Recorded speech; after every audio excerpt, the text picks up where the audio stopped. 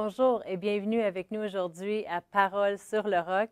Nous avons un grand privilège aujourd'hui. Nous avons avec nous pasteur Chantal Paulus, La Plante Paulus, qui est le pasteur fondateur de l'Église sur le Roc, qui a en elle-même plus de 30 ans de ministère, d'expérience dans le ministère, qui va partager la parole. Nous sommes très contents qu'elle est en vie, en santé, elle est avec nous aujourd'hui, elle va vous apporter la parole. Oui, rebonjour, oui.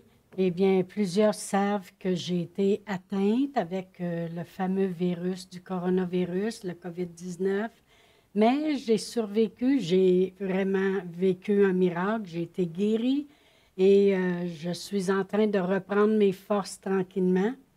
Je sais que plusieurs se demandaient, j'imagine que plusieurs se demandaient pourquoi ça lui arrive à elle. J'en ai eu quelques échos. Je peux dire que je ne me suis même pas posé la question. Et puis, parce que la parole de Dieu dit dans le psaume 34, 20, le malheur atteint souvent le juste, mais l'Éternel l'en délivre toujours. Vous savez, quand je regardais à l'apôtre Paul, il ne s'est jamais demandé pourquoi il était en prison, pourquoi il était en péril, pourquoi il était mordu par un serpent, pourquoi il y avait toutes sortes de choses, de calamités, de tribulations qui lui arrivaient. Et non, qu'est-ce que l'apôtre Paul il faisait? Il se contentait de prier, de continuer de louer, de continuer à faire son ministère, de continuer à regarder à Dieu, de continuer de croire tout simplement. C'est pour ça que mordu par la vipère, il le secouait là, parce que lui, il regarde à Dieu et non pas aux choses naturelles. Il y a une fois qu'il est allé devant Dieu, puis il a dit, je suis vraiment fatigué de tout ça, parce que c'était une tribulation après l'autre, après l'autre, après l'autre. Et puis il a dit, Seigneur, arrête, fais que ça l'arrête. Puis le Seigneur lui a dit, ma grâce te suffit. Et vraiment, moi, ce que je veux vous parler dans les prochains jours et aujourd'hui même aussi, dans les 3 jours que je fais le podcast, c'est les 3 G. Les 3 G des 3 jours que j'ai passés à l'hôpital avant d'aller aux soins intensifs, parce que vraiment, j'ai été 23 jours à l'hôpital. Et puis, sur les 23 jours, à peu près 14 jours intubés, et puis dans une espèce de coma, comme on pourrait dire, et t'endormes, puis pas à peu près. Mais dans les 3 premiers jours que j'étais là, je vais vous parler des 3 G. Puis le premier G aujourd'hui, c'est la grâce de Dieu. Et je regardais, comme je disais, à l'apôtre Paul qui Dieu lui disait, ma grâce te suffit. Et puis, à partir du moment où on a appelé l'ambulance le samedi soir, et puis que je devais embarquer toute seule, mon mari ne pouvait pas venir, et puis que je me suis en allée en ambulance, puis les ambulanciers ils ont dit, vous auriez dû nous appeler avant, parce que ça faisait déjà 5 jours, puis moi, la façon que le coronavirus s'était attaqué à moi, surtout, c'était au niveau de genre gastro, aller aux toilettes, puis toutes ces choses-là. Alors, j'étais très faible, ça faisait déjà 4-5 jours. Et puis, on dit, vous auriez dû nous appeler avant. Mais je repense à tout ça parce que si vous connaissez mon témoignage, puis plusieurs le connaissent, comment pendant près de 29 ans de ma vie, j'ai vécu dans la peur, une peur extrême, une peur maladive, où ce que j'étais sur les Valium, les antidépressions puis le cognac, aller jusqu'à ce que je rencontre Jésus, merci Seigneur. Eh bien, c'était quelque chose pour moi de me réveiller, partir, dire bye à mon mari, un état de faiblesse, embarquer dans une ambulance, sachant que lui pourrait même pas venir me voir. Mais dans le psaume 5,13, la parole de Dieu dit, « Car tu bénis le juste, ô Éternel, et tu l'entoures de ta grâce comme d'un bouclier. » Vous savez, j'ai réalisé combien la grâce de Dieu était sur moi. C'est pour ça que Dieu disait ça à l'apôtre Paul. Il disait, « Ma grâce te suffit, ça va t'entourer, ça va être là pour toi. » Et vraiment, ce que ça veut dire être enrobé de sa paix, de sa présence, de sa protection, de son amour. Tu vis la situation, mais tu es enrobé. Ça, c'est la grâce de Dieu. Puis pourquoi Dieu, il met sa grâce comme ça, puis il dit, ma grâce est suffisante.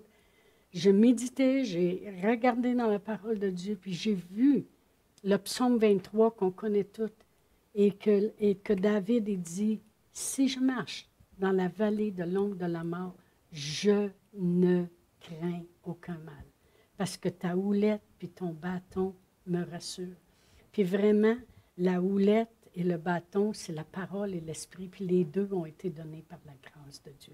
On a été sauvés par grâce. C'est une grâce qu'on a reçue d'avoir le Seigneur Jésus dans notre vie. Fait que vraiment, la grâce de Dieu qui nous a faite nous amène à ne craindre aucun mal. Alors, qu'est-ce que Dieu veut faire vraiment? Dieu, en mettant sa grâce sur nous, il veut s'assurer de briser la peur dans notre vie. Parce que, voyez-vous, la peur, c'est la première chose qui est rentrée dans Genèse lorsque Adam et Ève ont désobéi et que la peur est venue tout de suite parce que quand Jésus est allé les rencontrer ce soir dans le jardin, et on dit on avait peur, puis on s'est caché. Aussitôt, c'est la peur, parce que la peur, c'est le contraire de la foi. Et c'est ça que le diable, il voudrait. Il voudrait nous emmener dans un état de peur. Regarde, qu'est-ce que tu as? As-tu entendu tout ce qui se passe avec cette maladie-là? Regarde l'âge que tu as. Tu as 68 ans, tu es proche du 70 et toutes les choses. Et vraiment, la grâce de Dieu, c'est vraiment merveilleux que j'ai ressenti cette grâce-là sur moi qui m'a aidé à surmonter la peur aussi, qui essayait de venir. Parce que Satan, c'est ce qu'il voulait faire. Ramener des choses du passé. Vous savez, on va déclarer « Oh, Dieu, il m'a délivré de la peur, puis tout va bien. » Puis, tu sais, comme la prospérité, je n'ai pas de misère avec ça, les choses de même. Mais quand quelque chose de grave, de maladie, c'est parce que c'était ça, moi, ma grosse peur auparavant.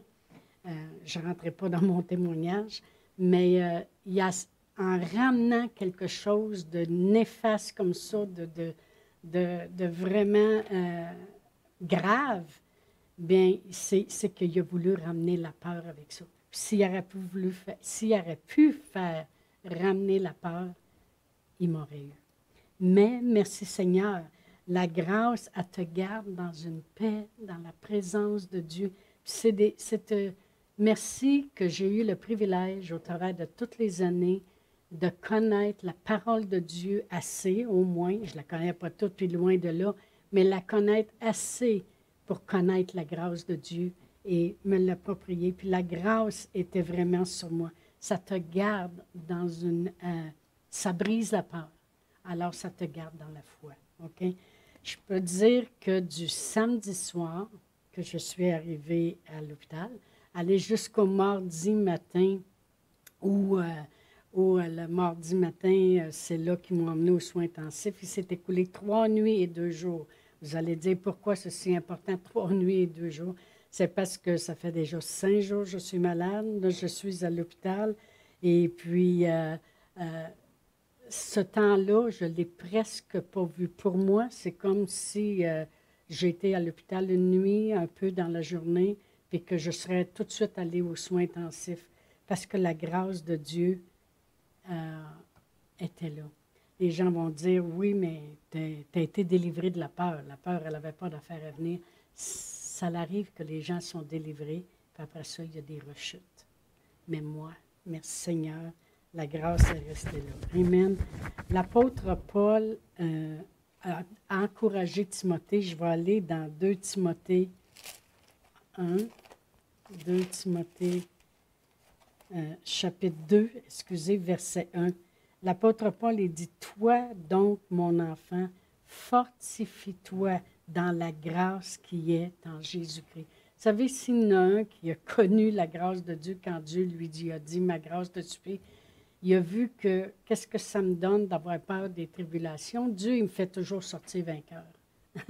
Qu'est-ce que ça me donne de la grâce est là. Bien là, il dit à Timothée, parce que c'est lui qui a entraîné Timothée, il dit, si tu veux te fortifier, fortifie-toi dans la grâce qui est en Jésus-Christ. Puis moi, c'est mon message vraiment aujourd'hui de vous dire que dans le temps que j'ai été là, parce que je veux vous parler en même temps du témoignage, mais aussi, je ne peux pas parler sans enseigner, mais dans le temps que j'ai été là, la grâce de Dieu. Merci Seigneur pour sa grâce. Dans Hébreux 12, 5, ça dit « Veillez à ce que personne ne se prive de la grâce de Dieu. » Et moi, vraiment, c'est ce que je voudrais vous encourager.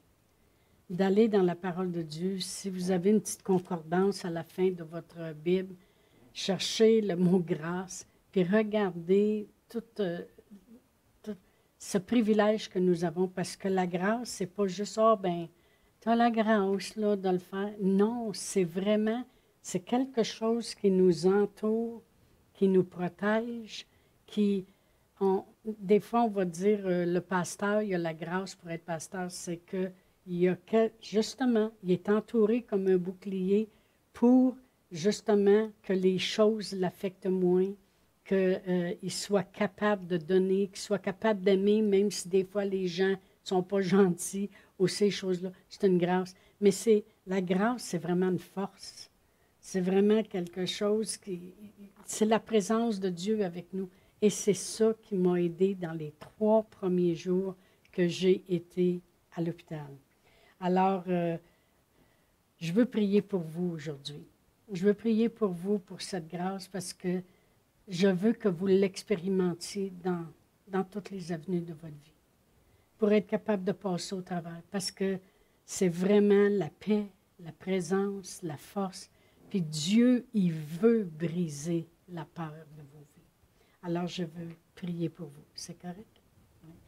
Alors, Père éternel, dans le nom précieux de Jésus, je te remercie, Seigneur, de nous avoir tant aimés, sauvés par ta grâce qui est en Jésus-Christ.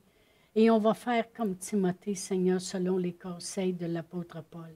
On va se fortifier dans la grâce de notre Seigneur Jésus-Christ pour se rendre compte, Seigneur, combien tu veux nous empêcher d'avoir peur, surtout dans les temps dans lesquels on vit. Que ta grâce, Seigneur, soit multipliée encore plus, Seigneur, comme c'est écrit dans la parole, dans 2 Corinthiens 13, Seigneur. Que la grâce de notre Seigneur Jésus-Christ, l'amour de Dieu, puis la communion du Saint-Esprit soit avec vous. Amen. Amen. Alors, merci beaucoup d'avoir été avec nous aujourd'hui et d'avoir été encouragé par Pasteur Chantal. Merci à elle d'être venue partager et on se revoit demain.